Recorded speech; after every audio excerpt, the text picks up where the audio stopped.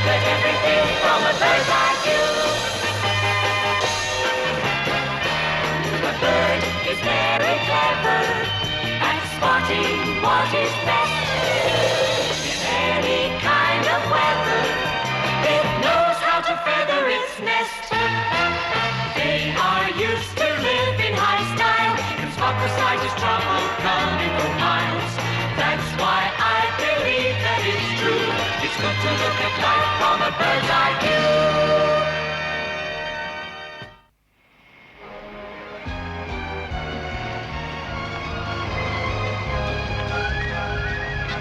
I told you I don't. I can't believe it. I honestly can't believe that you don't know what today is. It's Tuesday. It's more than Tuesday.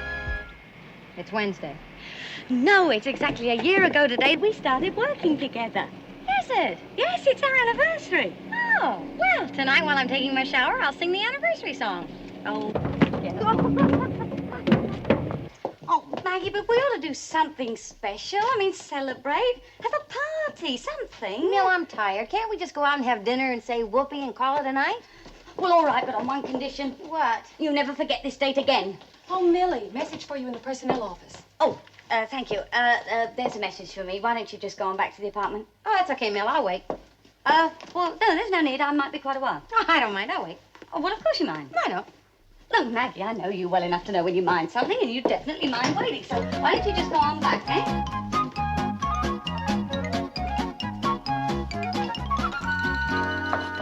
Your package, it came. Oh, will you get it for me, please? Has she gone? Oh, yes, I finally managed to get her out of the building. Let's see. Oh, they've done a beautiful job on it. So, what is it? It's a present for Maggie. You're giving her a big piece of paper? It's her family tree.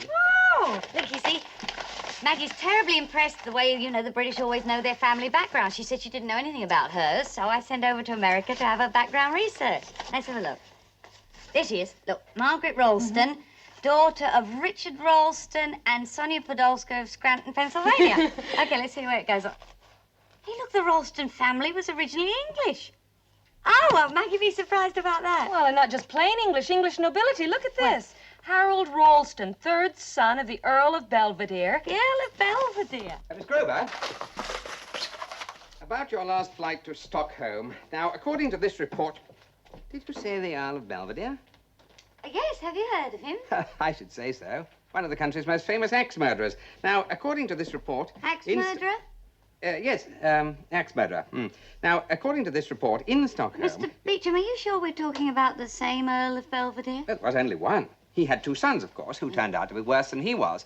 But I think it was the Earl's mother who attained the greatest degree of notoriety. That would be the Duchess. Yes, better known as the Regency poisoner.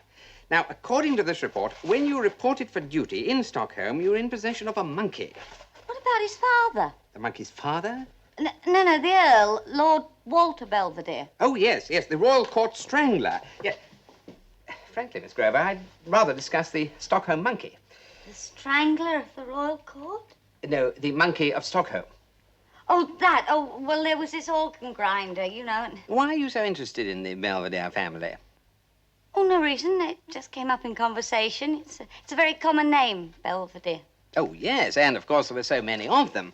There was Francis Belvedere, who organized the Scunthorpe Massacre, and there was his great-grandson, who was hanged following the garroted brides in the wine vat trial. Fascinating case, that was. You mean these things run in families? Oh, yes, it did in this one, anyway. But come into my office, and let's talk about this monkey. This interest is rather sudden, isn't it? No, I've always been interested in monkeys. I mean this interest in the Belvedere family. Oh, well, it's just... What's that behind your back? It's a short note from one of the girls. Bye, Mr. Beecham. Short note from one of the girls. Bye, Mr. Beecham. Miss Grover, about your monkey. Oh, dear. There, that'll wake you up after your long trip. Thanks, Uncle Bert. What you got there? Oh, it's Maggie's anniversary present. Oh, I didn't know she was married. Oh, she's not. It's our anniversary. We've been working together for just a year now. Oh, so you bought her cardboard tube. That's nice. It's Maggie's family tree. Oh, interesting. Does she have any famous ancestors? Only Jack the Ripper. Huh? Look, Uncle Bert, do you think it's possible to pass on certain tendencies from one generation to the next? Oh, I don't know, but you remember Mrs. Haggerty used to live next door to me and your Aunt Hazel? What, the one that went around barking like a dog? They are, then. Well, that doesn't prove it can be passed on. Doesn't prove nothing.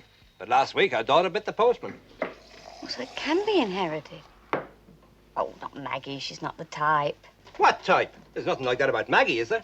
What, barkers and biters? No, only killers. Oh, only that. Killers? You want to watch that, Millie. That sort of thing running in the family, it's not healthy. Well, not Maggie. No, I don't believe it. Do I? Well, you can never tell with murderers, you know. Did you read about that fella the other day? He'd been a Sunday school teacher and a pigeon fancier for 20 years. Then he snapped. Then in 3 families with a whole coop full of pigeons. I think I better be going. Oh. Will you look after that for me, Uncle Bert? All right. And don't forget to keep an eye on that friend of yours. Sit down. I want to talk to you about murderers. Now, they're a very conceited lot, you know. No, Millie doesn't suspect a thing about the party. It'll be a complete surprise. Right. Okay, now, listen, we need some eggs. Yeah. And, well, I'm taking care of the punch, and Sally is taking care of the food. Yeah? Well, decorations, Ingrid. Ingrid's doing the decorations, yeah. Uh-huh. Oh, don't worry. I'll think of a way to get rid of Millie. Yeah, not to worry. Okay, well, listen, I've got to run because they just brought the cake in, and I haven't had a chance to look at it or anything. Okay? All right, bye-bye. Oh, rats. 1 L in Millie. Wait till I get my hands on those bakers, I'll kill them. So help me, I'll kill them. Maggie? What's wrong? Oh, hi, Mill. Who are you going to kill? Oh, nobody. At least nobody you know. What have you got there? Where? There, in the box. There? Yeah. Oh, just some rubbish. I was gonna throw it out in the trash.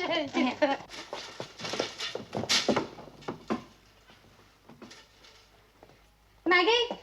Any telephone calls for me? No calls. Egg, Sally, Ingrid, get rid of Millie. Get rid of Millie?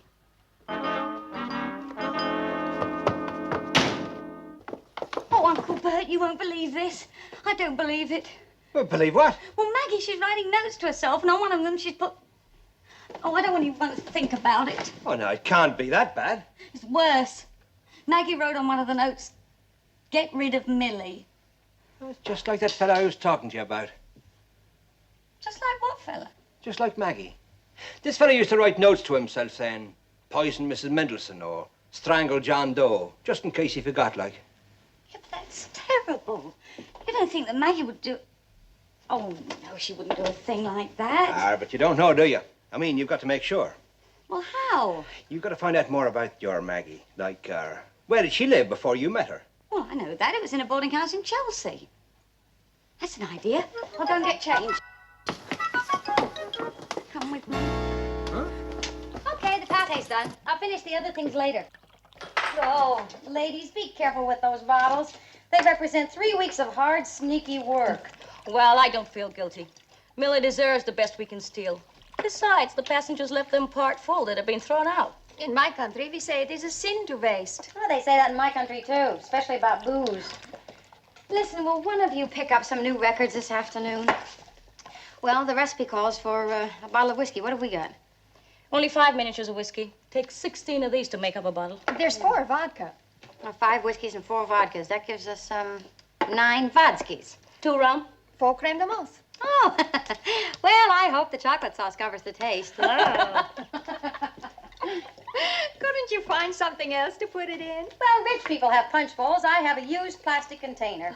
Not to worry, though. I cleaned it out well.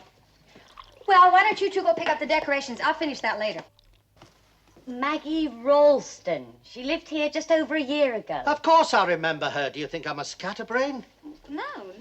Oh, we've had hundreds of girls living here in our boarding house, the missus and me. I remember every last one of them. Lithuania. What was the name? Ralston. Maggie Ralston. Of course. From Stockholm. Nice lass. Bit too plump for my liking. No, Mr. Tuttle. Maggie is an American. She's not plump at all. Oh, that one. We had to throw her out. She was getting a bit too old for the acting bits. She began to take in gentlemen callers. They all start that way. Maggie is only 26 and she's an airline stewardess. Airline stewardess? Well, why didn't you say so? Oh, you do remember her? We never had one stay here. French Guiana. Oh, but you must have. I mean, Maggie's pointed this place out lots of times. Impossible.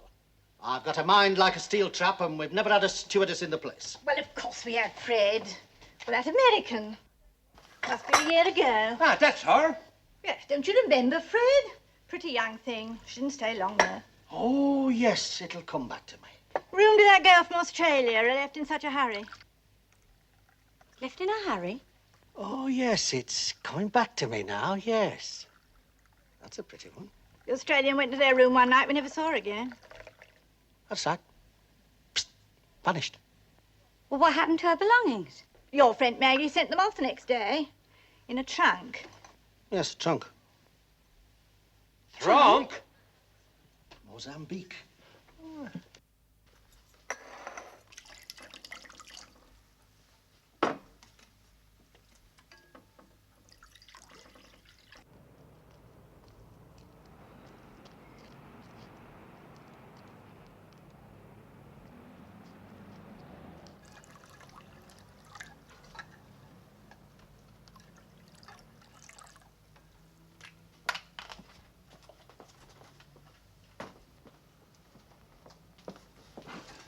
Millie? What are you doing at the back door? She forgot her key. But you're not supposed to be home. You're supposed to do your shopping and then meet me at 7, remember? Oh, well, Uncle Bert thought he'd like some coffee. He doesn't drink coffee. No, but I thought now would be a good time to start, didn't I? What's that? Oh, well, that's some punch. Anything wrong with me fixing up a bunch of punch? No, there's nothing wrong with it. It's perfectly natural. What's the occasion? Occasion. Well, you see, Chandra's having some friends in, and she asked me to make some for her. She's coming by later to pick it up. Hey, I want you to taste it for me. Taste it? Why don't you taste it? No, I want some outside opinion. Come on, it won't kill you. Tell me what you think. It's lovely. How can you tell it's lovely by looking at it? You have to drink some. I drink some. No, well, you see. we're not thirsty. We think we'd better be going. Oh, wait a minute. Listen, you want a coffee? I have a great new brand of coffee. You know I don't drink coffee. No coffee. All right. What's with you two? First, you come snooping around, and then when I ask you to do a simple little favor. Oh, that's different. We didn't know you was asking us a favor. That being the case, drink up, Millie. Here's mud in your eye. We gotta clink glasses 3 times. 1, 2, 3. Oh, Maggie, I'll go clean up.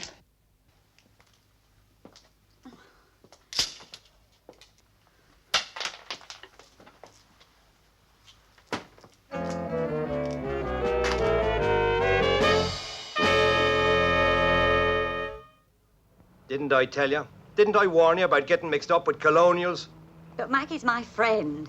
Fine friend you've got up there. Tries to poison us. Oh, it's not her fault. It runs in the family. She needs some sort of help.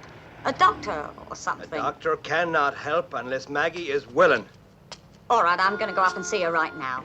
What? A defenseless girl like you? Not likely. I'll talk to her. I can manage. She's quite harmless, really. Don't you believe it? She'll be at the hatchet stage any minute. You wait here and I'll talk to her. Yes, but Uncle Bird. Great. Millie's going to be thrilled. Well, I hope so. If Beecham ever finds out that most of this stuff is borrowed from the airline, it'll be our last anniversary party. Oh, hey, Daphne, will you get the back door for me, please? yeah, sure. Thanks. Well, I want to see Millie's face when she opens that front door. Oh, surprise! Oh, Sheila, how'd you do? Oh, Beautiful! During the main course, I had the pilot fly bumpy, so none of the passengers ate anything. Chandra. Yeah. Well, you're going to now see one of the world's all-time great carvers at work. They call me Fumble Fingers. Oh, well, yeah. I really don't know what I'm doing here. Shh. I wonder who it could be. I hope it's not Millie. Oh, no, she'd use her own key. Maybe it's Beecham. He might have heard about this. Everybody in the bedroom, quick.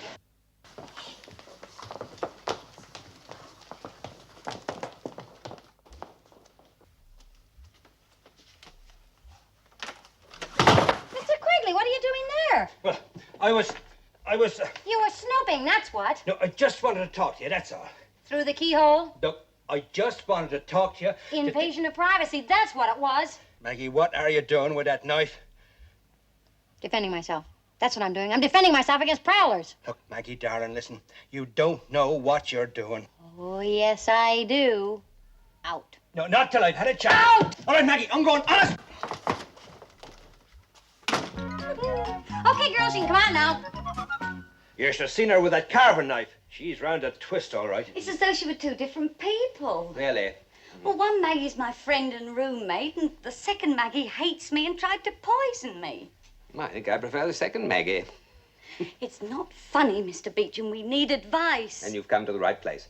I think I can say that I am fairly familiar with the vagaries of the paranoid state. Oh, sure, but what do you know about sick people?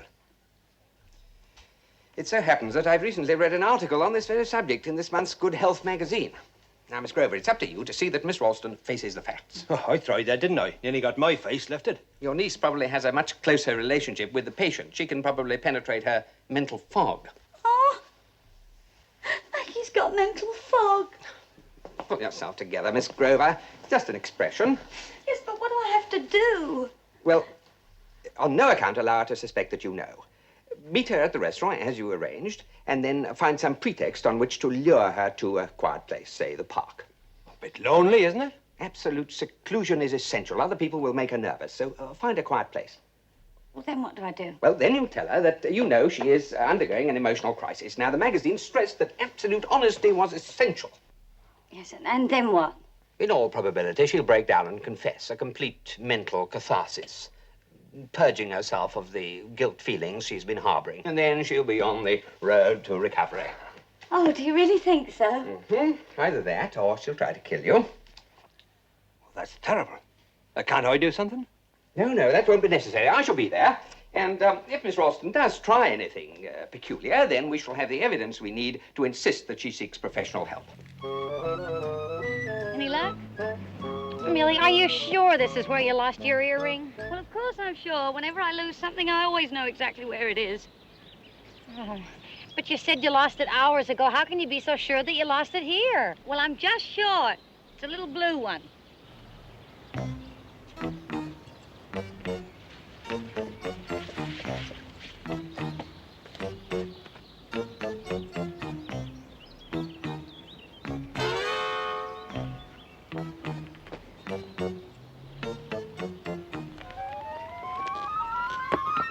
Well, how do you know he's one of those blokes?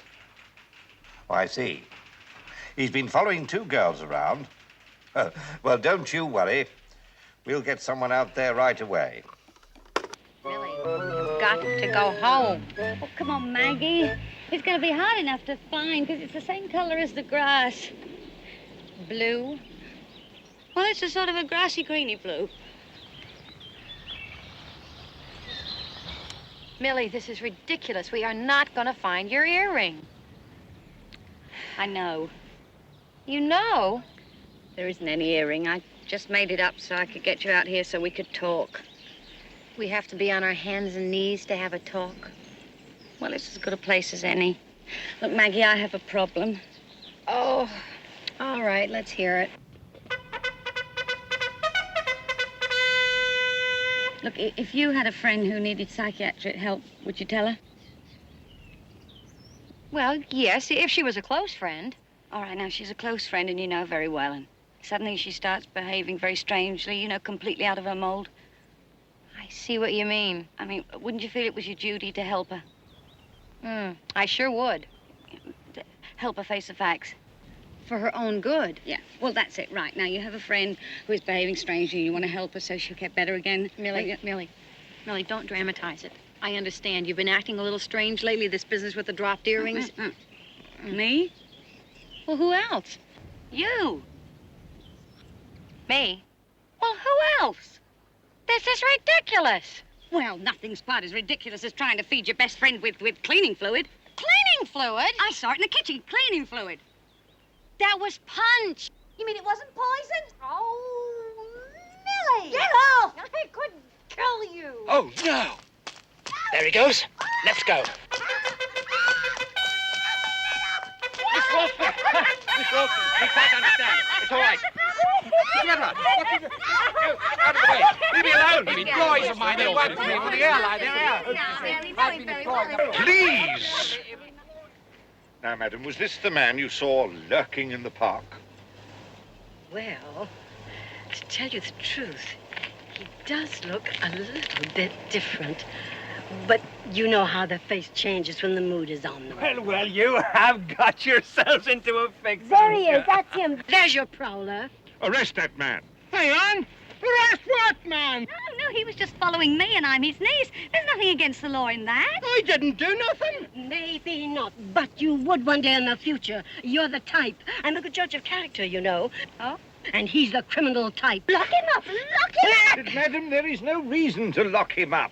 There should be a reason, and I know the type. That's reason enough. Do you want the reason?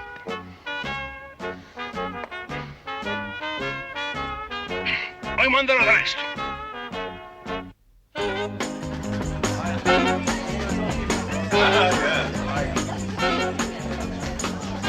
Hey, Maggie? Huh? Thanks for smashing plaza. Ah, thanks for smashing a ear. Maggie. Can I come here? Maggie, I'm sorry. Why, aren't you having a good time? No, I mean about this morning, you know, thinking you were trying to poison me and everything. Well, it was a natural mistake. Well, maybe not a natural mistake, but a Millie mistake. Yes. Oh, come on, Millie. You couldn't help it if they sent you the wrong family tree. Yes, but I should have known there might be more than one Maggie Ralston born in Scranton, Pennsylvania in 1900. Oh, Uncle Bert. Oh, hi, Mr. Quigley. Join the party. Oh, Uncle Bert, I'm so glad they let you out. Oh, so am I, Millie. Jail's a nice place, but I wouldn't want to live there. Oh, by the way, here's the bail money you give me. Oh, good. Didn't they make you pay it? No, they're letting me work it off. Work it off?